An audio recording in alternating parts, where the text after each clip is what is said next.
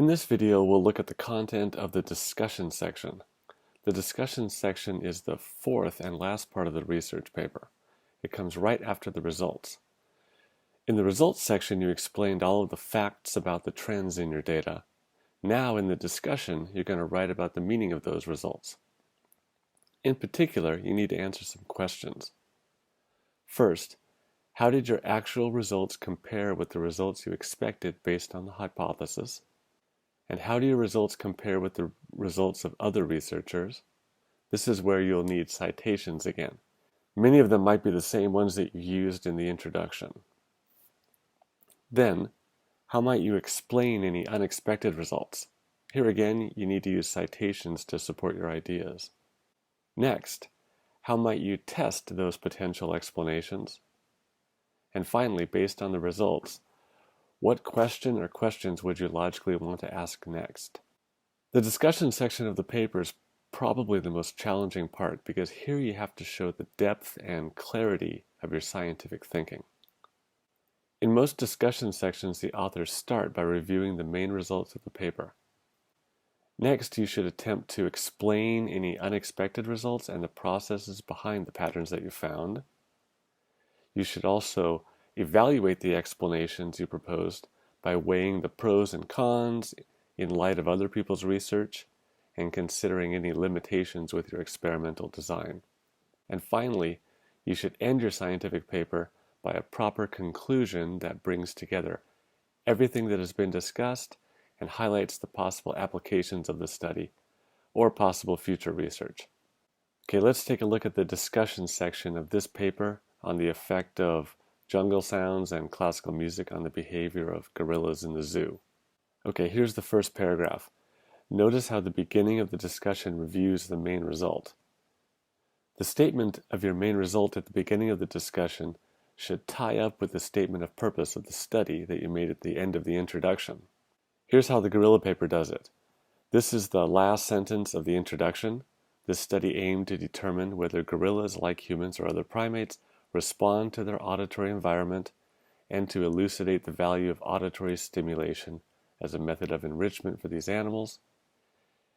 And then this is the first sentence of the discussion. The findings from this study suggest that captive gorillas, like humans or other primates, may be influenced by their auditory environment, albeit to a moderate degree. So you see we're using the same words here. Gorillas, like humans or other primates, respond to their auditory environment, may be influenced by their auditory environment. Okay? The next paragraph summarizes the results, but unlike the results section, they can interpret the meaning of the results here. So you can see that they say behaviors indicative of relaxation and behaviors typically associated with stress. In the results section, we can only talk about what we measured, so we can't talk about relaxation. But in the discussion section, we're free to interpret the results. Okay, the next part here goes into the critical interpretation of the meaning of the results. But first, let's talk about bringing your results together. The discussion is not simply a rewriting of the results section and then adding your opinion.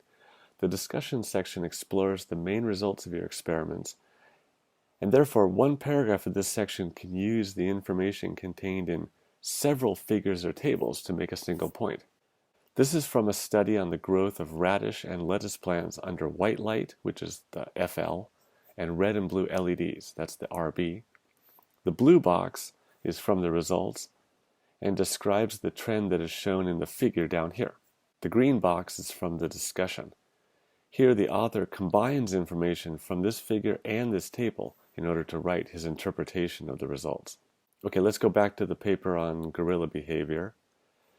The third paragraph discusses surprising things that they found in the results and how they compare with other researchers' findings. You can see the citations down here. When discussing unexpected results, always start with a scientific explanation before you discuss problems with the experiment. Even though you're a beginner at research, your results are still your results. They're facts. It's easy to blame yourself and only discuss limitations or problems with the experiment, but a lot of the time there are good scientific reasons for the problems you have, and those are much more interesting to readers. Also, Regardless of the possible causes, you should suggest a possible future experiment to solve the problem you had.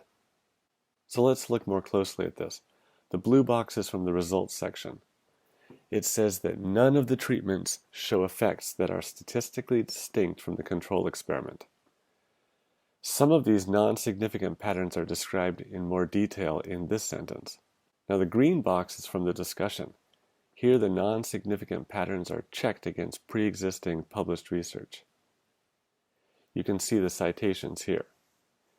Even though the results are not statistically significant, these findings may be relevant because other researchers have gotten similar results. Okay, the fourth paragraph of this paper discusses the mechanism behind why the results were the way they were. One possibility is that the music is not especially good or bad for gorillas. It just covers up the zoo noise, which is bad. That's what they say here as a mask. The other possibility is that music is actually good for gorillas.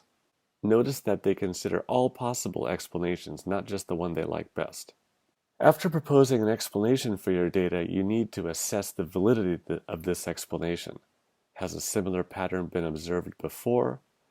How was it explained? Do your results agree with these interpretations? And if not, who do you think is right?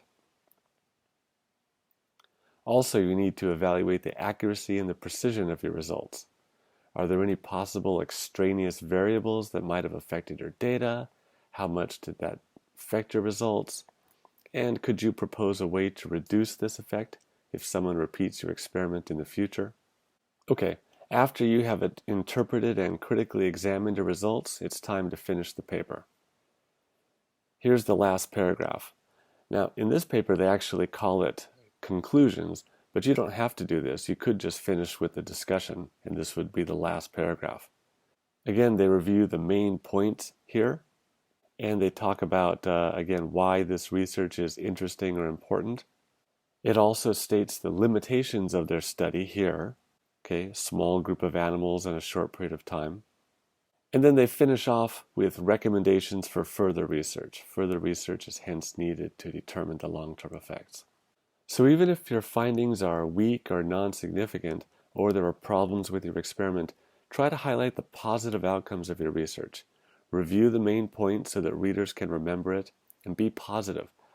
Highlight what you think the reader would find useful or valuable. And don't apologize for problems or mistakes with your experiment. Readers don't really care about that. A good way to finish is with this. Further research is needed to, explain more about your information. This could be useful to any future scientist willing to follow your path. Now, you don't have to do the further research. Somebody else can do it. You just need to point it out. Finally, you might think of the discussion as kind of like the opposite of the introduction. In the introduction, you move from the wider research field and narrow down your topic to the details of your own study. And in the discussion, you begin by reviewing the details of your experiment and then expand to discussing the wider research field that it's connected to.